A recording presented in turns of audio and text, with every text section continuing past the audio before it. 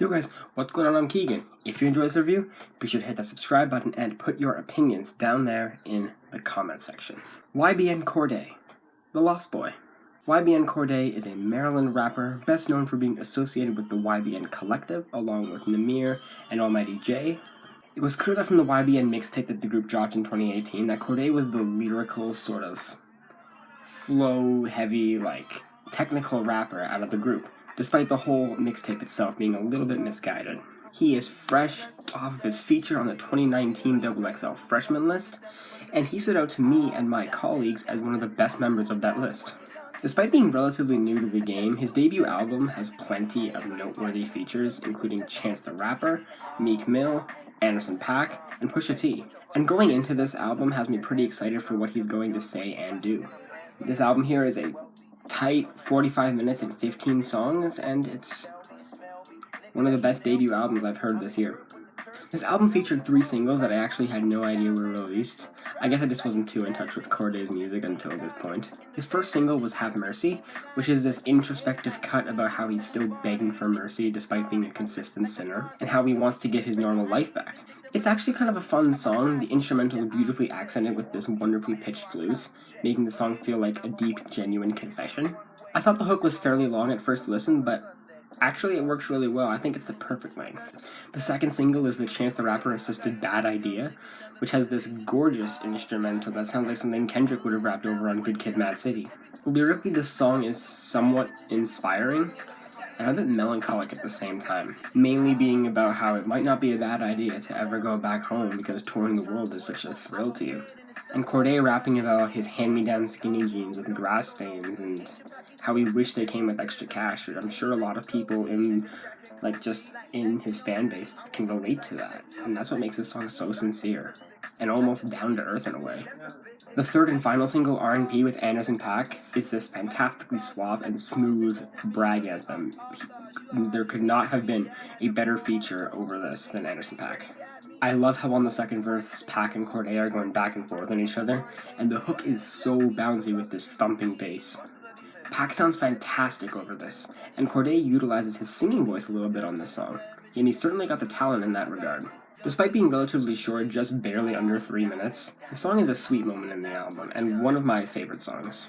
And now it's time for the rest of the songs. The opener, Wintertime, is a little bit haunting, but a pretty emotional track, reminiscing about the negative things about his past, like dealing with his ex.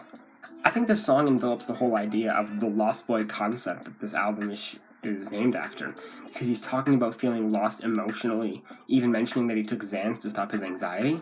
And now that he's in the game, he's essentially saying that he's been found at this point.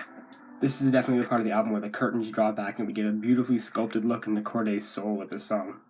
Thanksgiving tells this pretty wonderful story about bringing this girl back to his family and introducing her to his family for Thanksgiving dinner, and him being thankful for her in his life, and how she's still keeping it real.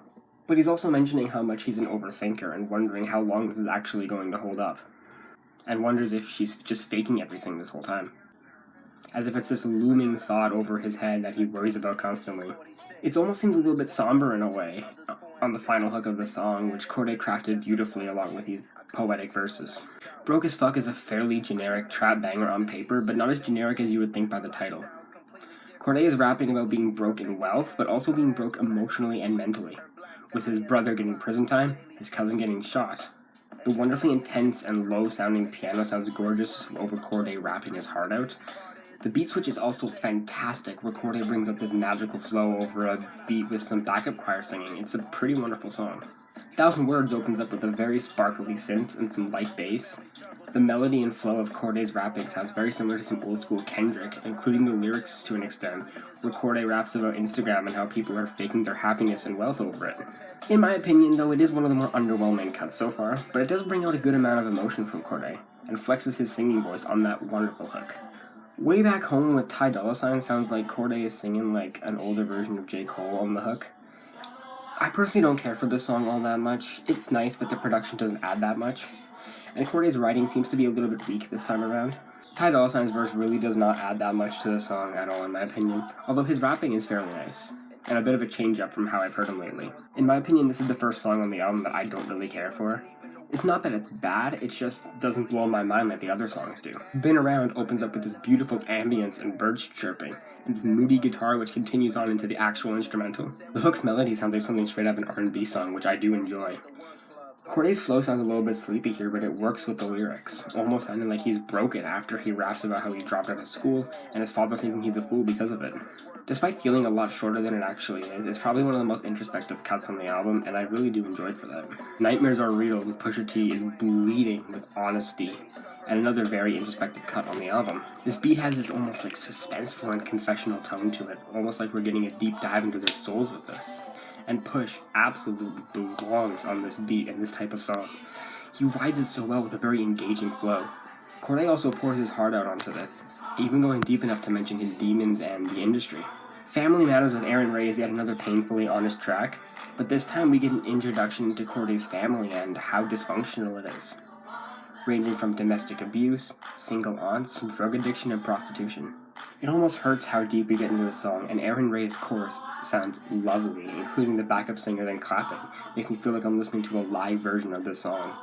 It is easily the most honest and painful song to listen to. Definitely one of the best songs on the album. We Gon' Make It with Meek Mill has this almost nursery rhyme sounding piano to the instrumental. The song has this inspirational message about chasing your dream. Corday's verses feature some nice wordplay like, I got my own bad news, fuck a reporter, and my dog's still on probation, they got a leash around us, along with some nice truth on his third verse. Meek's chorus is slightly off-key and slurred, but the tone of his voice is so uplifting and enjoyable, it's hard not to be mad at it for its flaws. It's a fun song and one of the more uplifting moments on the album, and the closer Lost and Found is purely one verse bar track, and it's quite appropriate, tying together all these loose ends of the concept of this album, claiming he was lost, but now he's been found. His flow on this song is very versatile, and the instrumental is bubbly. It's a very satisfying closer to this album. Overall, I think Corday has a lot of growth room from a debut like this. Introspective lyrics, nice rapping, and despite some underwritten lyrics, blatantly obvious wearing of influences, and generic rapping at times.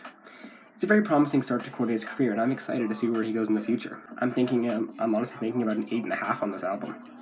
Well guys, hope you enjoyed that review. Thank you all so much for watching. I'll see you in the next one. Peace.